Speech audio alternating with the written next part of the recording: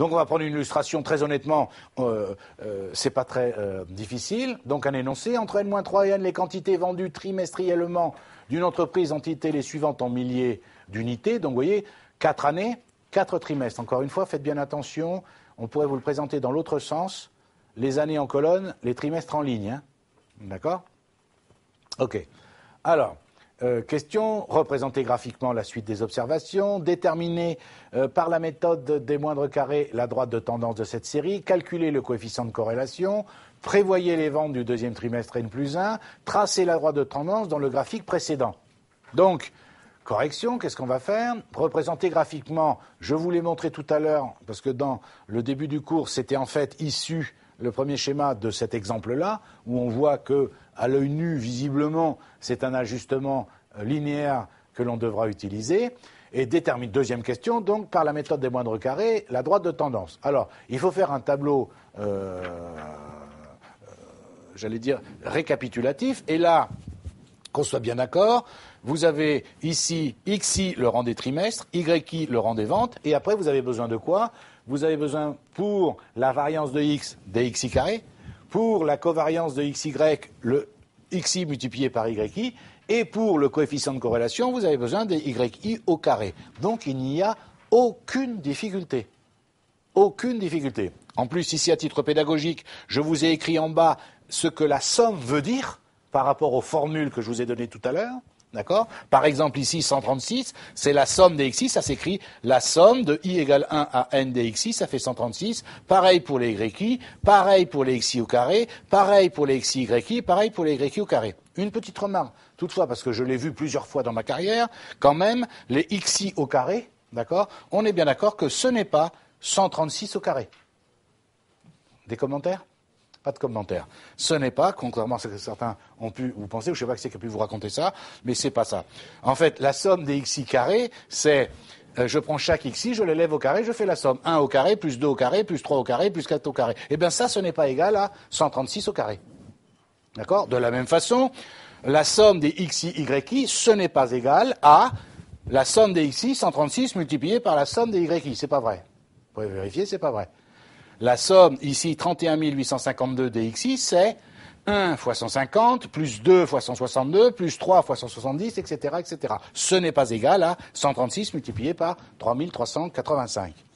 Une fois qu'on sait ça, déjà, ça va mieux. On est d'accord ? OK ? On commence à faire moins d'erreurs. Alors, bien sûr, hein, vous pouvez utiliser vos calculatrices, simplement...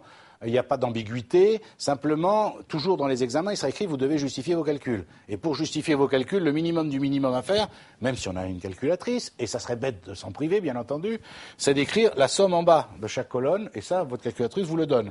Donc vous écrivez ça, comme ça veut dire je justifie les calculs, parce qu'après, j'applique les formules, d'accord ? Calcul de A et de B. Ici, le nombre d'observations, rappelez-vous, c'est 16, d'accord ? Encore une fois, ne confondez pas 16, le nombre d'observations, avec 136 qui est la somme des xi. Rien à voir. OK ? Donc ici, ensuite, voilà, c'est terminé. X bar, vous voyez, je vous redonne la formule et je l'applique. X bar, 1 sur grand N, somme des xi, 1 sur 16 multiplié par 136. Y bar, 1 sur N, somme des yi, 1 sur 16 multiplié par 3385. V de x, la variance de x, la moyenne des carrés, moins le carré de la moyenne. La moyenne des carrés, 1 sur grand N, somme des xi carrés. Dans mon tableau, j'ai ce qu'il faut. 1 sur grand N, 1 16e. La somme des carrés, je l'ai fait tout à l'heure, 1496. Moins x bar au carré. X bar, je l'ai déjà calculé, 8,5 au carré. La covariance, la moyenne des produits, moins le produit des moyennes.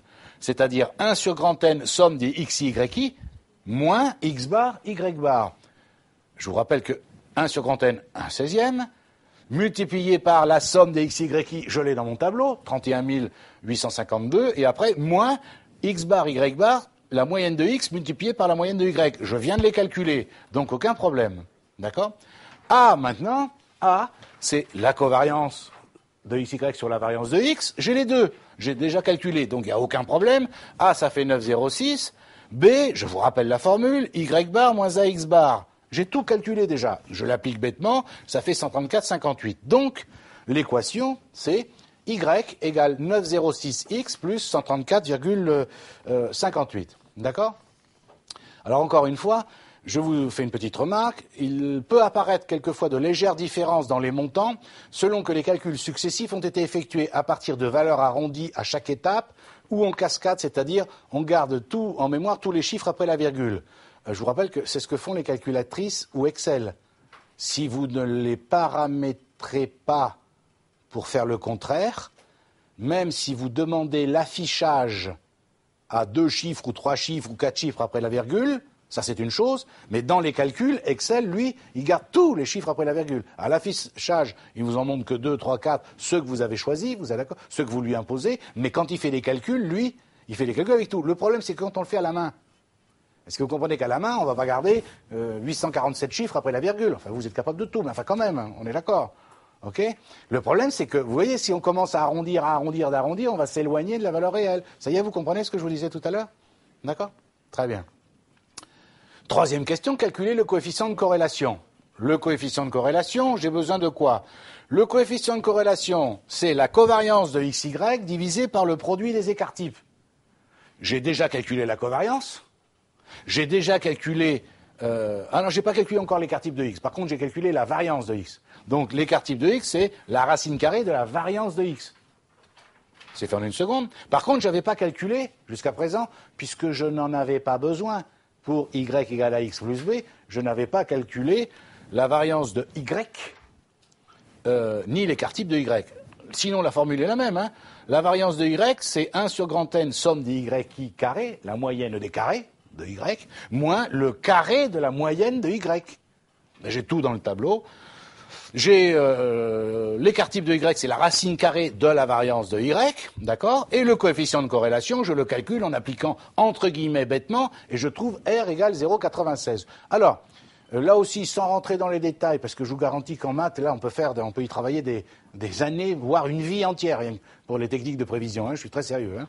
Donc là, on simplifie, et ça suffit comme ça. Si toutes les entreprises déjà faisaient ça, ça serait déjà pas mal.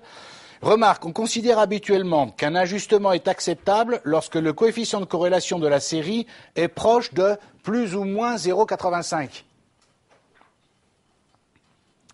Oui, plus ou moins 0,85. D'accord. C'est-à-dire que plus on se rapproche de 1 ou de moins 1, ça veut dire meilleur est l'ajustement, mais c'est pas tout le temps proche de 1 ou de moins 1, il ne faut pas exagérer. La limite est où, justement? Justement, on a été défini statistiquement, je ne rentre pas dans les détails, que quand c'est proche de plus ou moins 0,85. D'accord? Donc ça veut dire que quand c'est proche de 0,85, ça veut dire que l'ajustement qu'on a trouvé, ici, linéaire, sinon exponentielle, puissance qu'on verra dans d'autres cours, ça veut dire qu'ils sont satisfaisants. D'accord?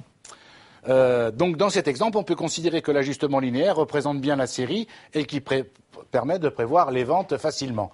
Et quatrième question justement, prévoir les ventes du deuxième trimestre de N plus 1, eh bien, il suffit, à partir de l'équation de la droite que l'on vient de trouver, de remplacer X par le rang du trimestre que je cherche.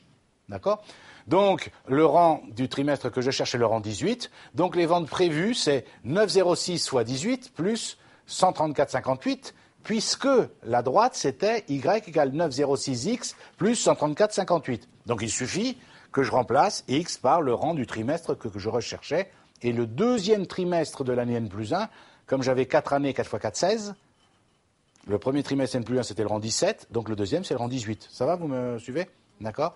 Donc ça fait 297,66 que j'ai arrondi à 298 milliers d'unités, hein, bien sûr, après, il n'y a pas de souci. Et cinquième question, tracer la droite de tendance dans le graphique précédent. Vous voyez, je reprends ici l'équation de la droite, Y égale 9,06X plus 134,58. Vous voyez ce que je vous disais? C'est-à-dire qu'ici, vous avez un nuage de points, celui que vous avez. On trace la droite au milieu. Regardez bien, ça va vous allez comprendre maintenant. Vous allez comprendre, regardez bien. Je trace la droite au milieu, vous me suivez? Eh bien, qu'est-ce que c'est? Vous voyez que ça... Évidemment, ça ne peut pas suivre exactement les points, puisque les points ne sont pas parfaitement alignés. Vous le voyez en bleu. Qu'est-ce que c'est que la variance? C'est la somme des écarts au carré entre la droite et les vraies valeurs. D'accord? Est-ce que vous voyez ici, en fait, que la variance sera faible, puisqu'il y a peu d'écart entre les valeurs réelles et la valeur moyenne? Parce que ça veut dire que la dispersion est relativement faible. D'accord? Vous me suivez? Ce qui prouve, rien qu'au graphique comme ça, ce qui prouve que l'ajustement qu'on a choisi est probablement un bon ajustement parce qu'il y a peu d'écart. Voilà. dans ce cas de figure. Peu d'écart entre les valeurs réelles et la droite, bien entendu. D'accord ? Donc voilà ce que je voulais dire sur cette méthode de technique de prévision des ventes. Attention, les prochaines fois, nous verrons, je répète encore une fois, la même chose mais avec un ajustement exponentiel, puis avec un ajustement puissance, puis la prise en compte des variations saisonnières.